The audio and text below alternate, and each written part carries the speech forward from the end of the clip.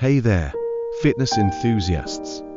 Today, we're diving into the world of pre-workout supplements and how to make the most of them. So, let's get started. First things first, always take your pre-workout supplement at least 30 minutes before hitting the gym. If you don't feel any effects within 45 minutes, it might be too late to start working out. So, make sure to give your body enough time to absorb and process the ingredients. Another tip is to stay hydrated. Water is essential for maintaining proper muscle function during exercise, so drink plenty of water before and during your workout.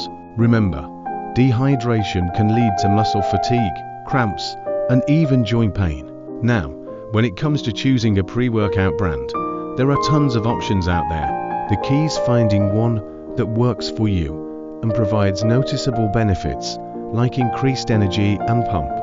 If you don't feel any significant improvements after trying a few different brands, it might be time to try something new.